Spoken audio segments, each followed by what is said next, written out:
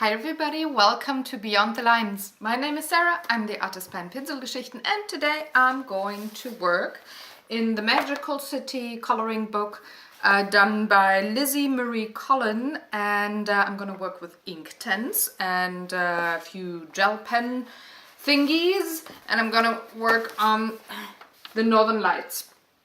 This page here completed in one sitting, and what I want to show you here is that working with silhouettes, so night sky, everything around it is dark, though you got provided with all the line work and stuff, you don't have to use it if it's not applicable for the time of day or night that you are working with. So it sometimes is kind of difficult to still have something not look too flat, and I show you how I make black not look flat.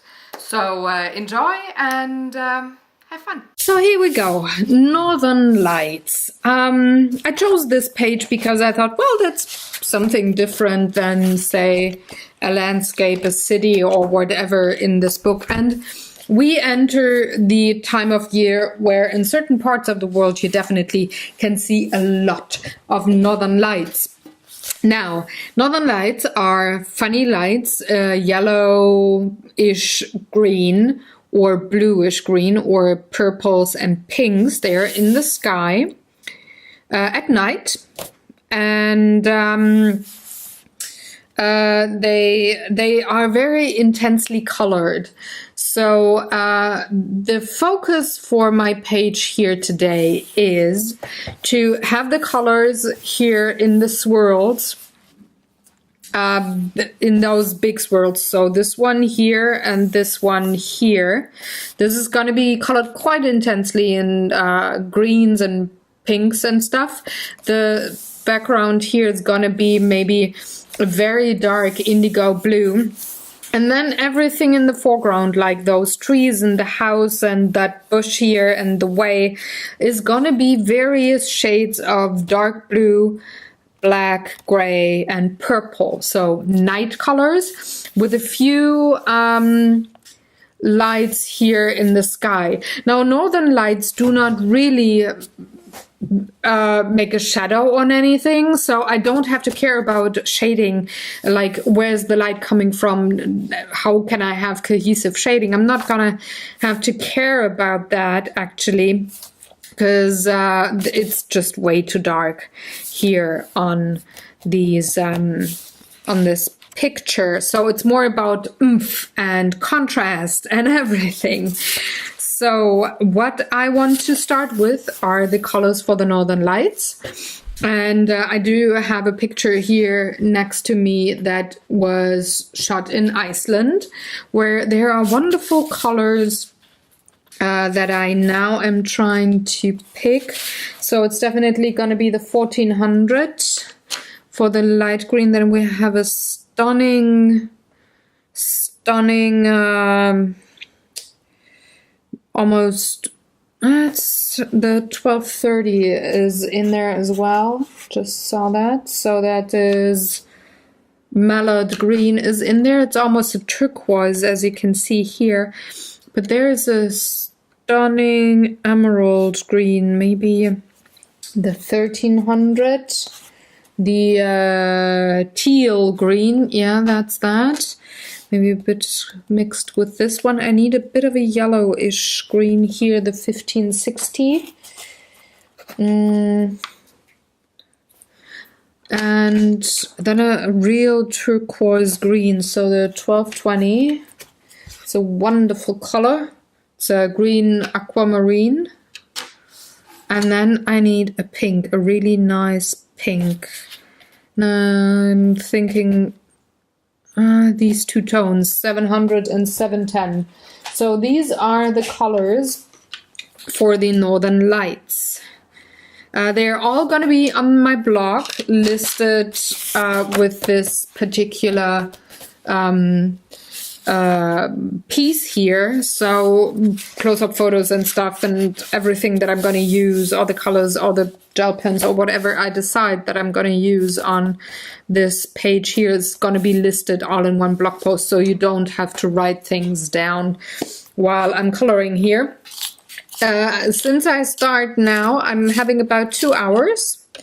I don't know if I can finish this in one sitting. I certainly hope so.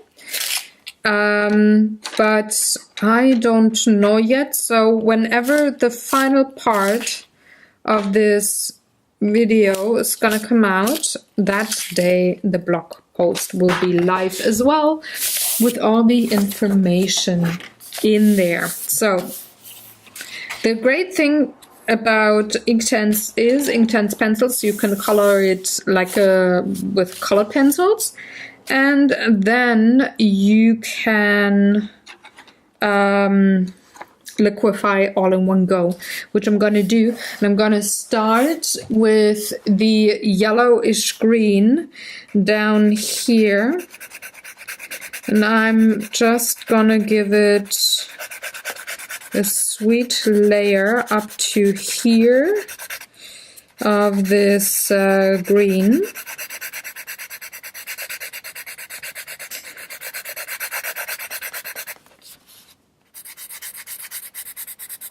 It's quite simple, and I'm gonna blend it into the apple green in a minute. But I just wanna put down the yellow-green pigment first to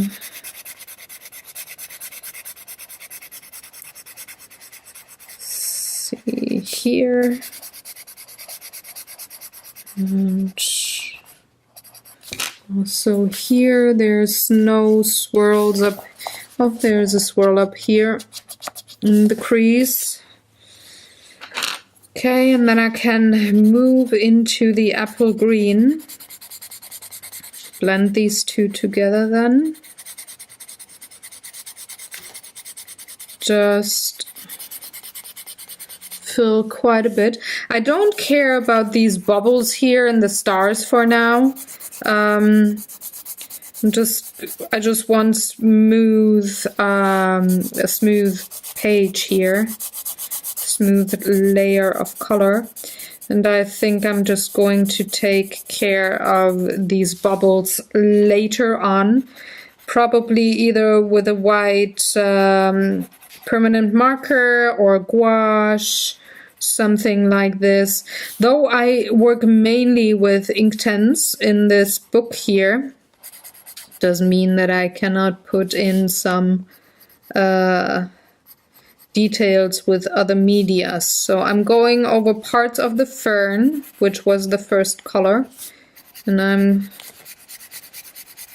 going, that will help later on with blending them together. So here in the crease, I'm gonna have a bit of trouble to put down this pigment, so I'm probably gonna go a bit over that tree here. But I actually do not care, since, again, there's going to be dark colors in here.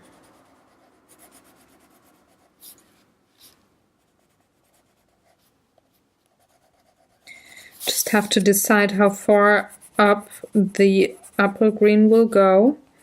And I think this is perfect. And now I'm going a little higher very lightly, and that is the part where I'm going to blend in the more emerald bluish greens.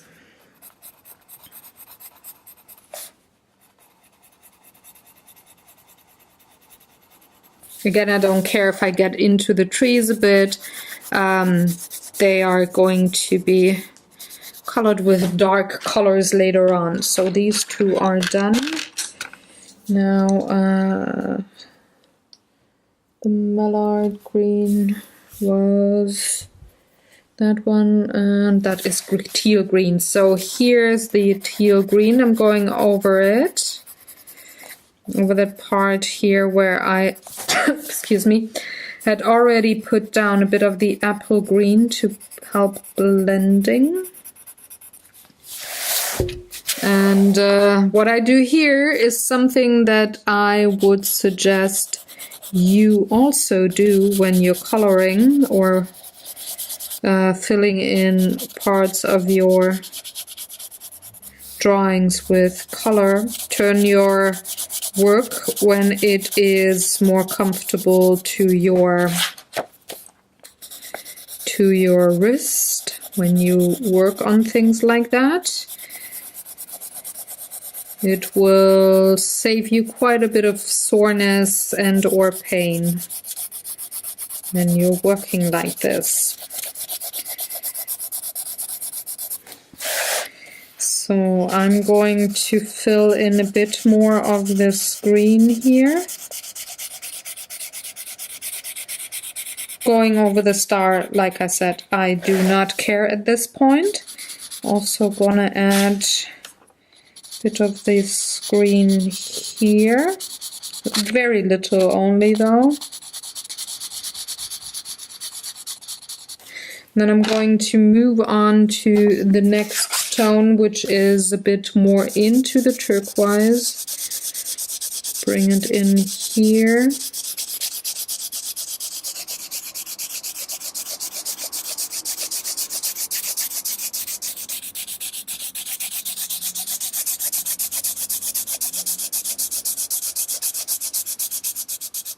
To here, and also here, and around that tree here a bit. And then I'm going to put in the turquoise color. Again, have a little bit of the overlap so that I can blend really well with my water brush in a minute.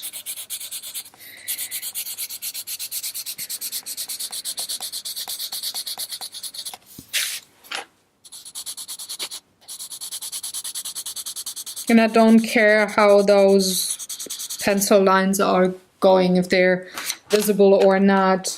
They will be non-visible in a minute. So now I'm going to the darks. Dark rose here, so that is a dark pink. Going to bring this in. Also again, overlap.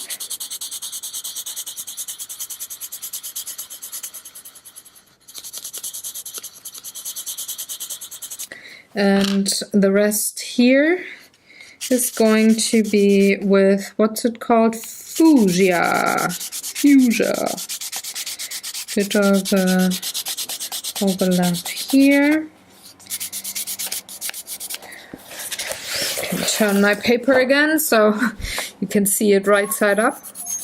And outside people are driving. So sorry for background noise.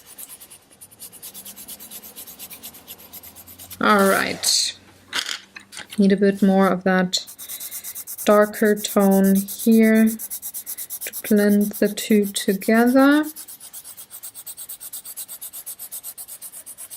Okay, and at this point I can bring in my water brush and brushes. Actually, I'm having two here, a bigger tip and a smaller tip, and I can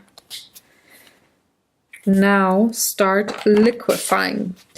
So I'm gonna go top to bottom, and I have a paper towel next to me so that I can dab away color when I'm having too much on my brush, or when I think the blended color is not as neat as I want it to be. Again, I don't care if I have a bit of bleed going on, because all the rest here next to it is going to be very dark. So it's going to be fine, I think. So let's start here. I'm going to bring in a second cardstock because I really want to Make sure that nothing goes through, and I still want to also be able to move my brush the whole width of the page all in one go here, you see, like this.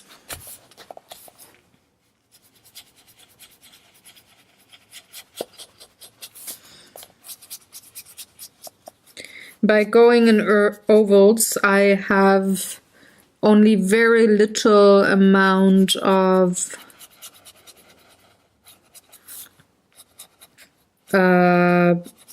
pencil lines visible in the end.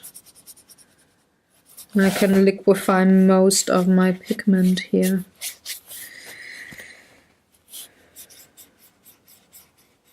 So up here, I'm just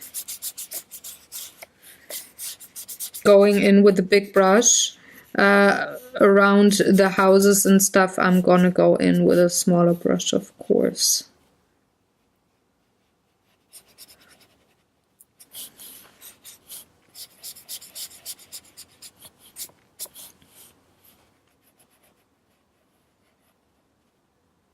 And I think with things like this, you just have to be brave. People might want to stay in each of those lines that come with the color book here. But I think the Northern Lights look so fascinating in real life, and they're kind of loose and kind of blurry in the sky that could actually help not to stay in the lines per se, you know? Just make them your own.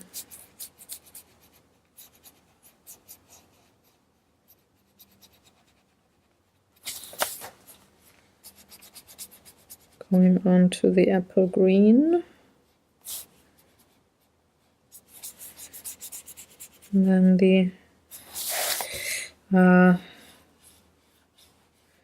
the fern, bringing these two together.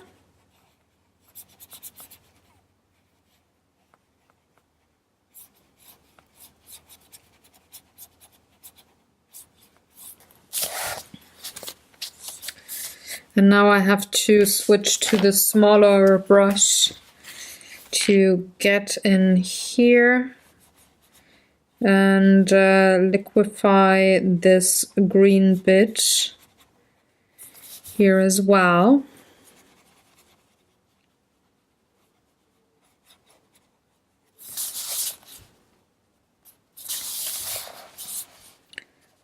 Same on these trees here. Going in with my tiny brush and moving this pigment. All right, now I'm going to dry this off, and then I'm gonna work here on the pink part a bit more. I think the green is fine for now. Maybe a bit more liquefy here. I think the green is fine, the yellowish green, but up here I might need a second layer, but I don't want to get through the page too much. That's why I'm bringing in my blow dryer. I'm gonna dry it off, and then I can move on and add more pigment. There we go. I'm going in again with the darker pink tone. And I'm going over the whole pink thing here some more.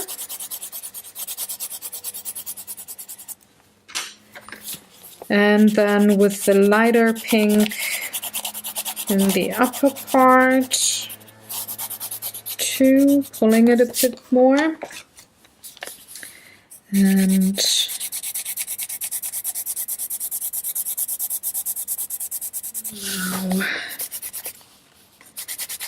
with the bluish turquoisey tone, and also the bluish green.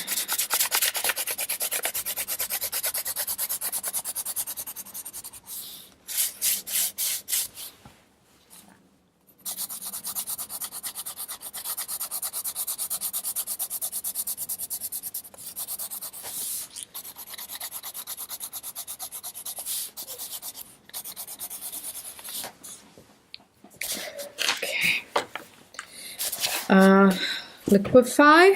Up here or down here on the left hand side, I follow the swirls a bit. Just to make that wavy move be a bit more prominent. Moving into the blue here. And pulling the bigger brush, pulling the pink down. Paper starts to peel, but that is okay for me. Not planning to put another layer of Inktense on top.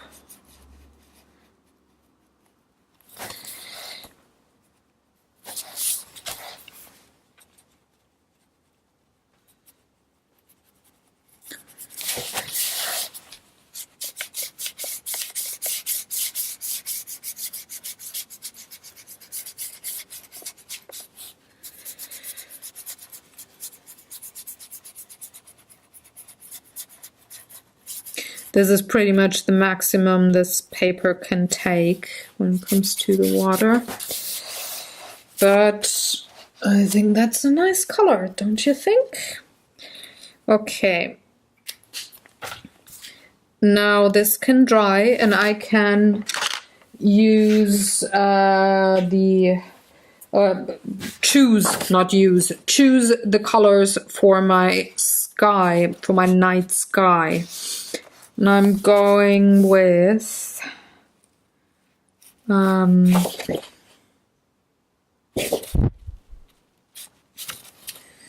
a few colors, for example, indigo and iron blue, so this one and this one.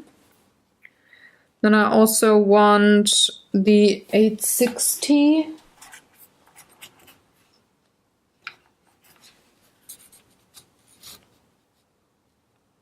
800, I mean 800. People who can read. 800 is violet. And then I can already start choosing the colors for down here too. I want, what do I want? I want the 2110, which is Payne's Gray. And I want 2100, which is Charcoal Gray. And then the 2030, which is Chinese ink. So let's start. I have to dry off the page. Otherwise, if I get with my pencils, if I get into the wet section here, that's not gonna help with the paper. That should work. All right. I need the indigo first. So I'm going to color these sky parts here, a solid indigo, deep indigo that is. It's a nice dark rich blue, one of my favorite shading colors. With a solid layer. Then I'm going on top with the iron blue, that was the lighter blue.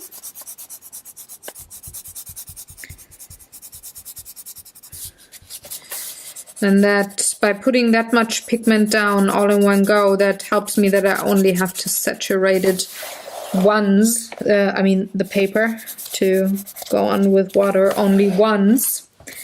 Might help with the fibers. And since I want it kind of uniform-ish, that's fine. I don't need to layer as much and have clouds going on, say, for example. So then there's a bit of purple in here, just a little bit. And then I'm going on top again with the indigo blue.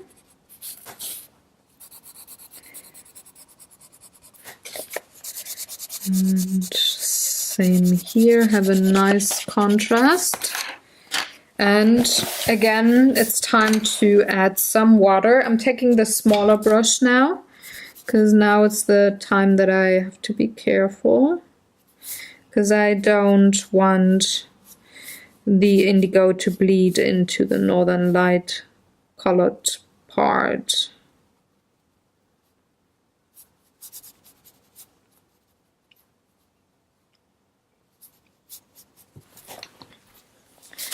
Same goes for this part here, the end of the sky. I mean of the page, that second sky section there.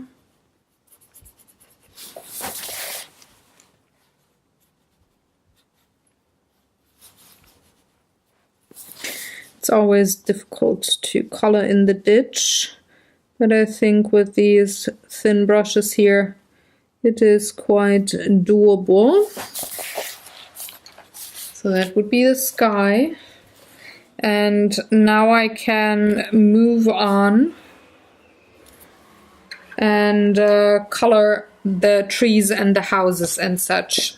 So this page here has quite the big sections to color, not a lot of tiny little fiddly details, which sometimes I really like for these books. I just want to put down some color there. And it's definitely working with this particular part here. Is everything nice? Yeah, kinda. All right.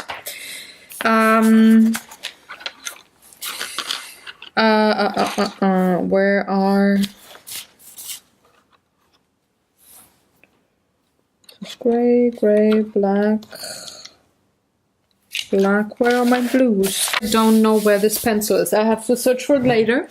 So I can't use that lighter color, but that's fine, I think. I will just go with deep indigo as my blue tone and the violet as my purple tone. This is really a mystery, folks. It's a mystery. Oh well, let's move on. Let's work. I want quite a bit of black and gray, but I want to put down the parts where I see a bit of purple first, or blue. So I'm going to have a bit of indigo here on the roof. Same here, that edge of the tree.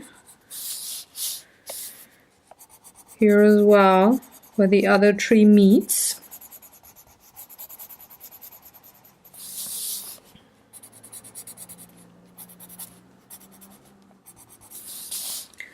And also here.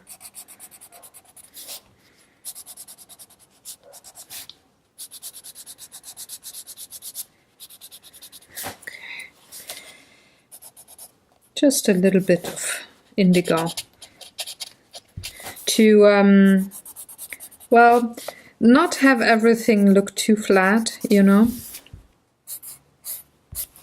So that's why there is indigo here and here too.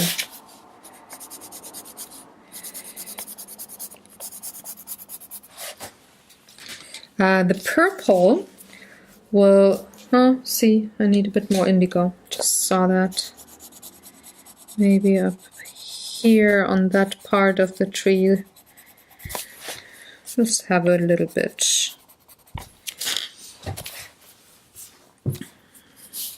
The purple I will have down here.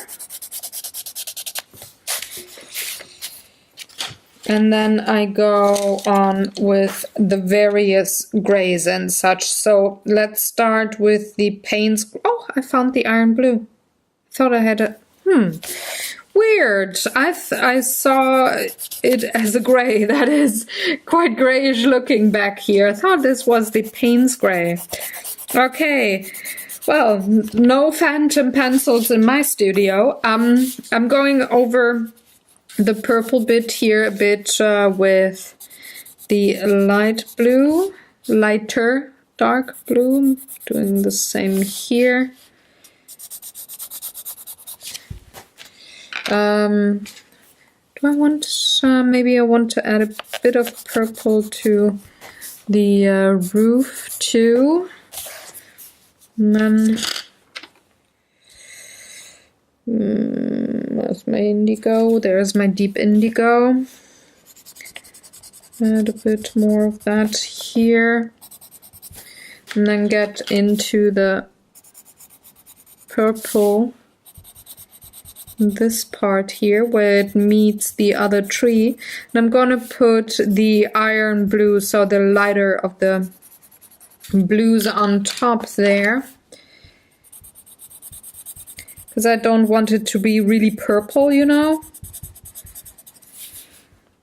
But I don't want it to be dark, flat, black either. So these were that. Now I'm going into the Payne's gray for the trunk here.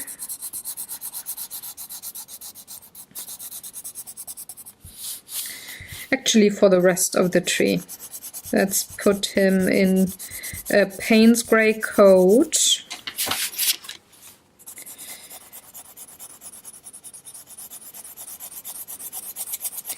Going to add a bit of black in a hot minute, but first a whole coat of Payne's gray.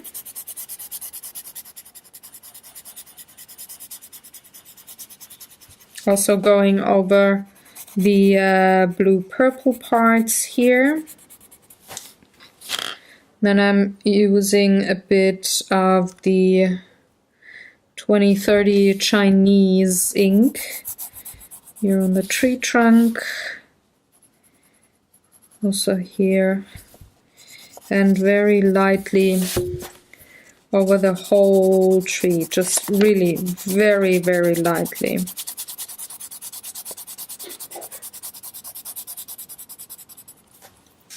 The other tree next to it, I'm going to use the charcoal gray, which is the gray that I hadn't used on trees so far. Going in pretty solid.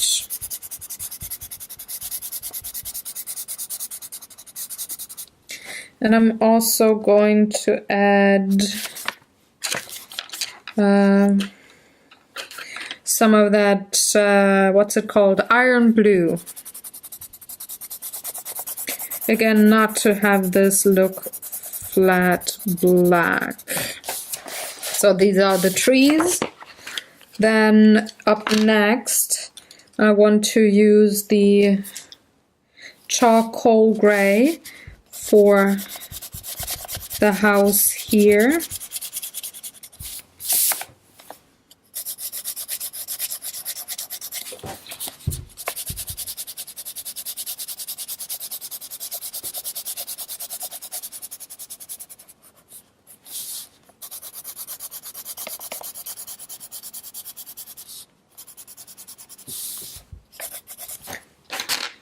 Going to have some Payne's gray on top, very little, also on the roof.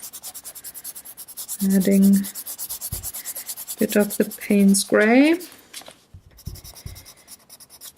So on the chimney. For the trees back here, I want the Chinese ink, I think.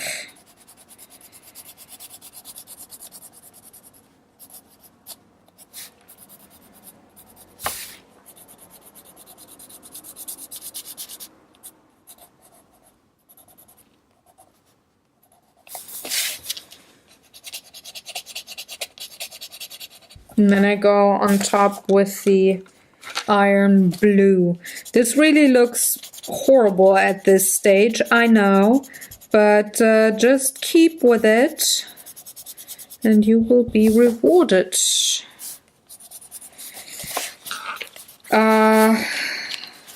maybe some of the blue back here too. This part of the tree.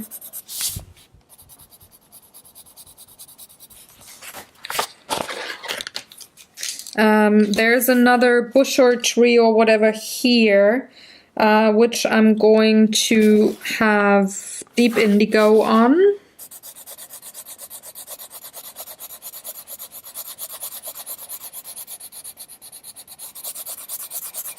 Could almost have gone with the blocks here instead of the pencils.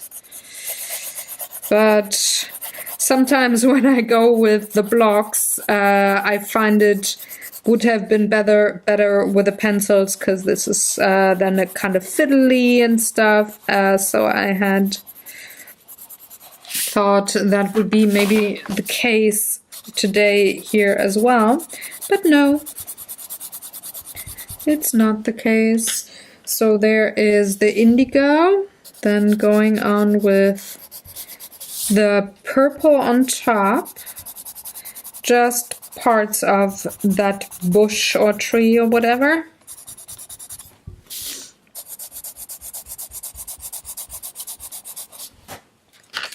Then smoothing things over with the iron blue, that is the lighter of the blues. Going on top. Not being particular at all on where my lines go. Don't have to care actually. Then I can go in with a charcoal gray here at the bottom of that bush tree thing, and I am going in with a solid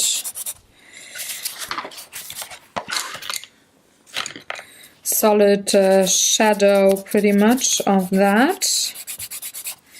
I'm going to use the Chinese ink for that path to the house here.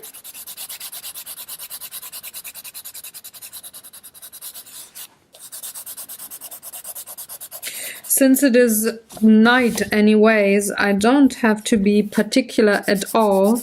You will hardly see the edges of the path if there are no street lights, and the only lights that we are having here on this particular page are the northern lights and the stars. So I'm not gonna fuss too much about being in the lines when I color. Not at all. I'm going in with the Payne's grain now, and I'm filling in everything here that is not that tree bush thing. Although, no, I'm gonna go on top with the charcoal gray as well. I don't want this to be too night sky blue.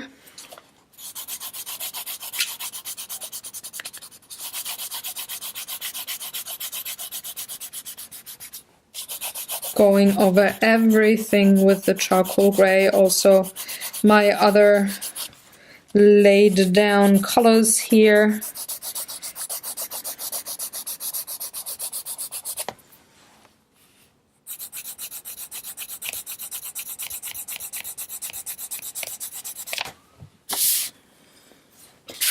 Now moving on to the ditch here.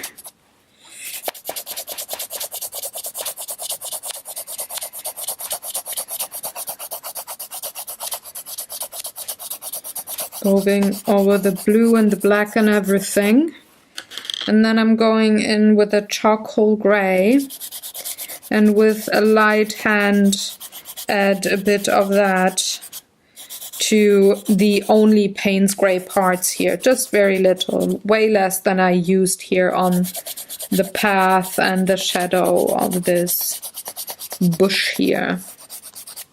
And now, moment of truth, I can go in with my brushes and liquefy this pigment. I'm starting with that tree here. I'm putting down that cardstock so that I don't pick up the ink pigment with my hand and then smudge it all over the place or something. I would not be too fond of that. So I'm going in and I might need to refill my brush in a minute. Just liquefying that pigment here. And I'm using the technique of small ovals and squiggling back and forth to give this page texture for one, and also to not have these pencil lines show up too much. And that I find really helps with the Inktense or also watercolor pencils or anything that you might be using that is in the same art supply family. Really find that works well.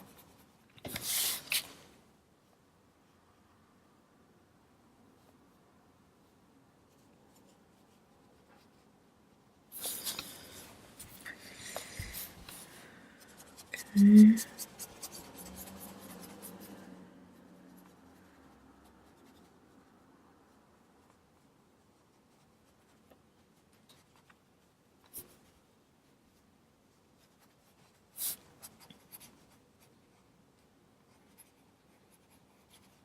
Pulling in that blue and purple into the gray parts here a bit.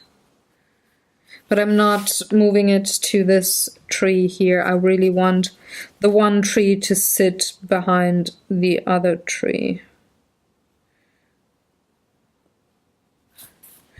Also not squiggling my brush on the tree trunk there, as you just saw, because I think that one straight line down there helps with making it a tree trunk and separating it from the rest of the tree, so all the leafy bits here, just by the way you move your brush. You can achieve a bit of a difference there. So now for the smaller tree.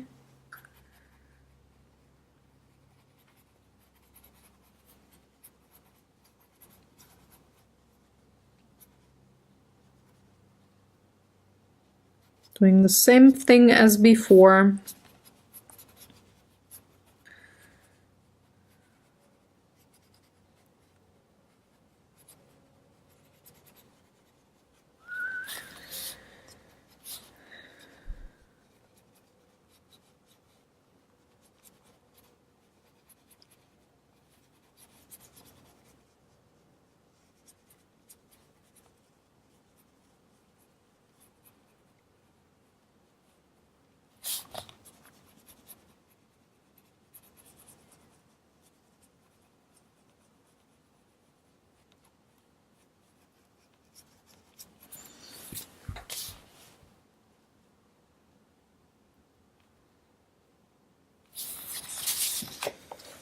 Okay, these are the trees. Now on to the house.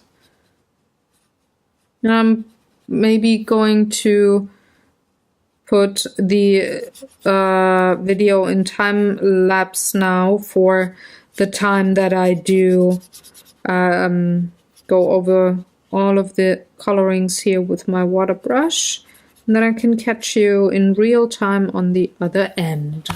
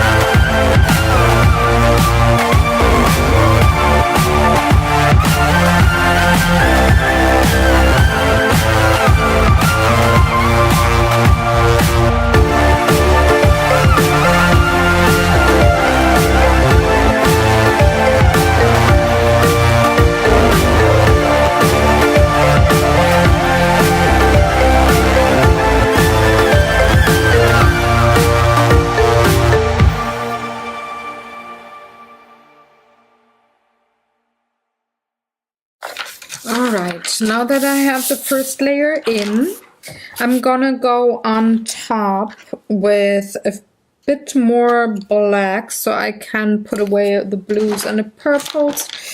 I want Payne's Gray and Chinese ink, I think. No, maybe, well, it depends on where I'm coloring. I might also want the charcoal gray. So, charcoal gray, for example, goes on this tree. Very light layer all over this tree.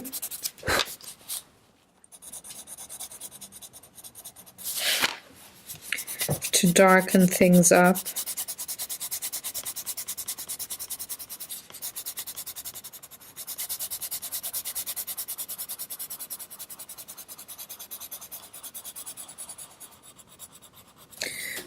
And on the tree next to it is Indian ink.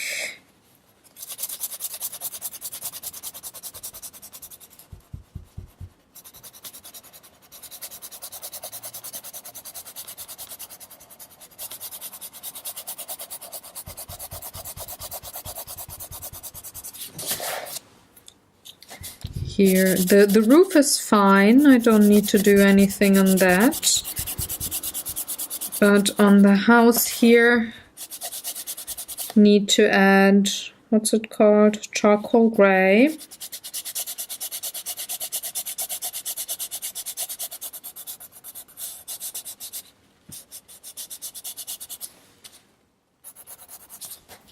And also Chinese ink. I want this really dark here, that part. The tree here needs the Payne's Gray.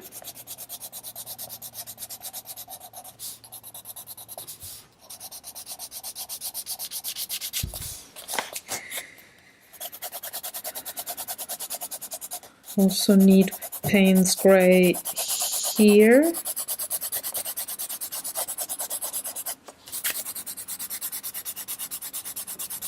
Because that is actually snow pretty much, but since it is so dark, it does look rather gray than white.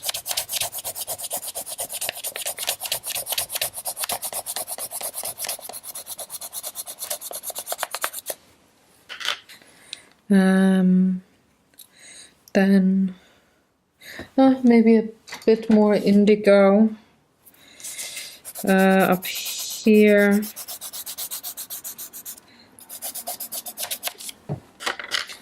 The path needs out a bit more of the Chinese ink.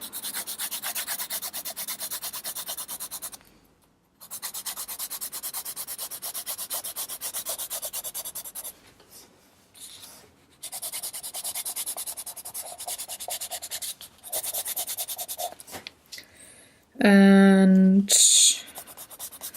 also the charcoal gray here,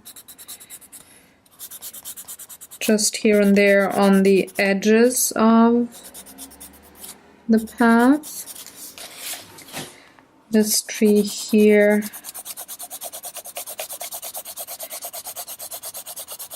also needs a bit more darkness.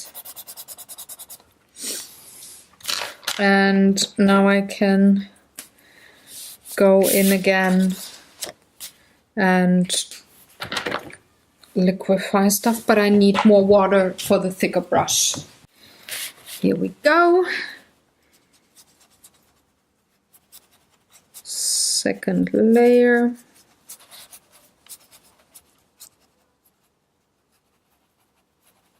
Just to darken things up, you know. I don't want them to be solid black because, again, that would look very flat. And I don't want that, but I want a bit more of darker pigment. being here on the trees, for example.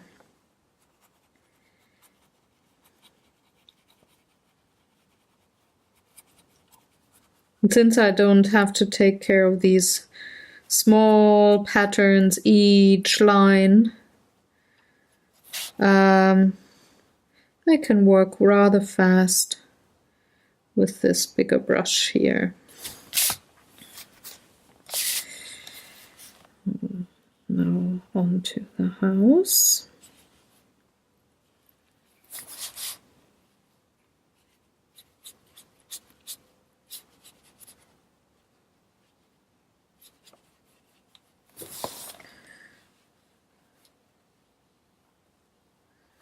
It's going to be really dark.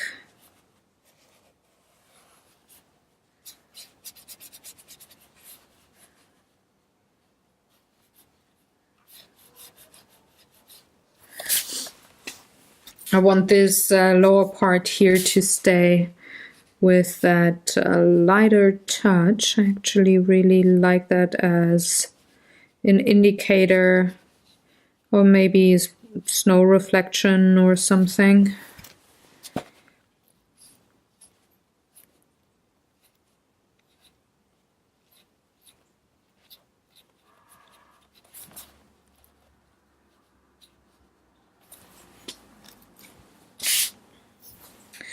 Now I'm going on with the path here.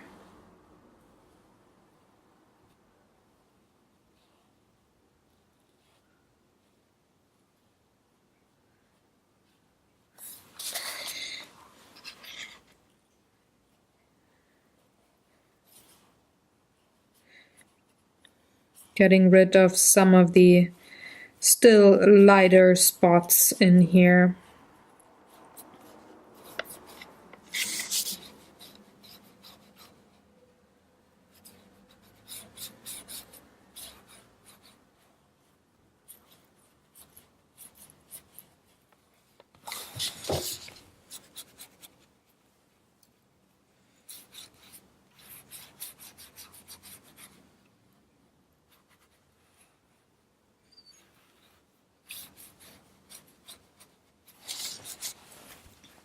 And now this tree here,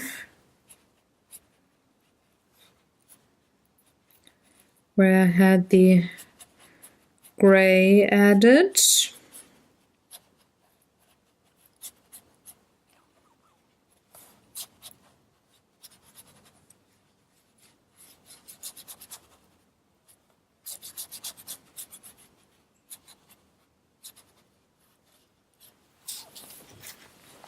And finally, the snowy parts here.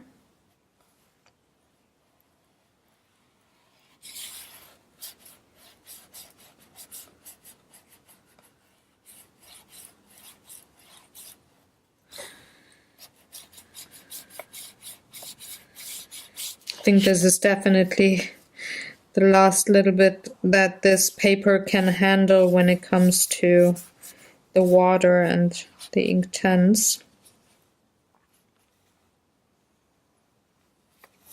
So I'm gonna dry this off once more, and then I'm not gonna put any water to this page anymore. It's enough. Otherwise my paper will peel too much and, well, be maybe a little lump, but not a page with the scenery painted on top anymore. So you just might have to test a bit, be brave, to find out where the breaking point of your paper is. For me, it's on layer 3 here. But now I'm going to dry this off, and then I'm going to work on details such as the stars and stuff. Right, there we are. And, excuse me, now I'm going in with details. I need a bit of paper. Maybe not. I can take the card stock on the desk next to me. Just need to make sure.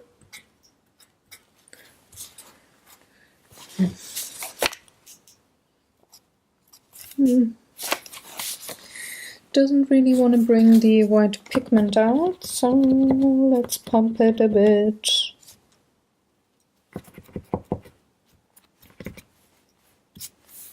There we go. So for those bigger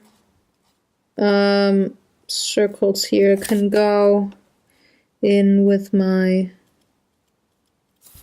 white permanent marker if I want to. Maybe I prefer the gel pen actually, for whatever reason.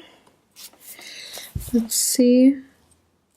It doesn't sit on the Inktense as well, so let's move on to gel pen. And that definitely will work once I get it started. Is this the old one or the new one? We will find out. Because I have two open white gel pens next to me in my gel pen box.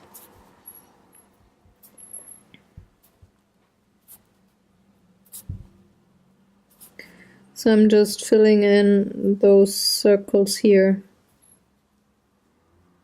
with the gel pen, and I think that will be all that I'm going to add then. I will have a final look, of course, see if I want to add more, but I think I'm gonna be okay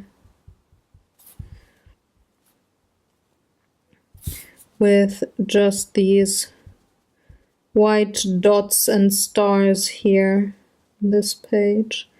Because I mean, I want the northern lights to stand out. They are, that colorful swirl here is the important thing of this page. The foreground and also the sky is actually in the background because it is more a silhouette than anything. So, yeah.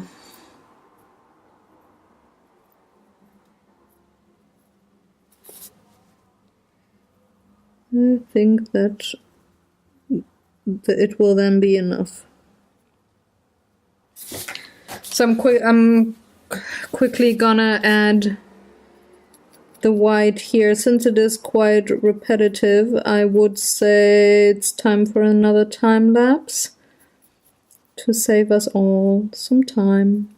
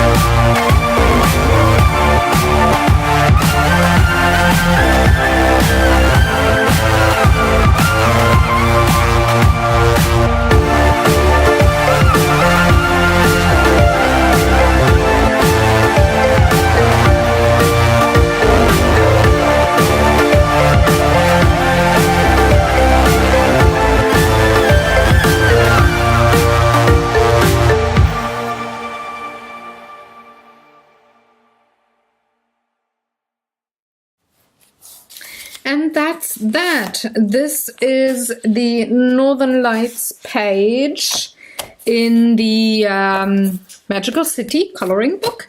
I hope you enjoyed watching along. If you have any questions or comments, please leave them in the comment section below. Hit the thumbs up button if you liked it. If you're new to the channel and you like what you see and want to see more, well, there is the subscribe button that you can hit next to that bell-shaped button where you will be notified whenever I release a new video. If you want to push the two of them, welcome to the community here. I'm going to be back next Thursday with a new coloring page. Then it's time for another Outlander page before I focus on a new color to work with. And I hope you're having a great day. Take good care. And I'm going to see you. The blog post will be up by now. So in case you want to read up on all the pencil colors, names that I used here, feel free. The link to my webpage is in the description box below. Have fun, folks. Take good care. Bye-bye.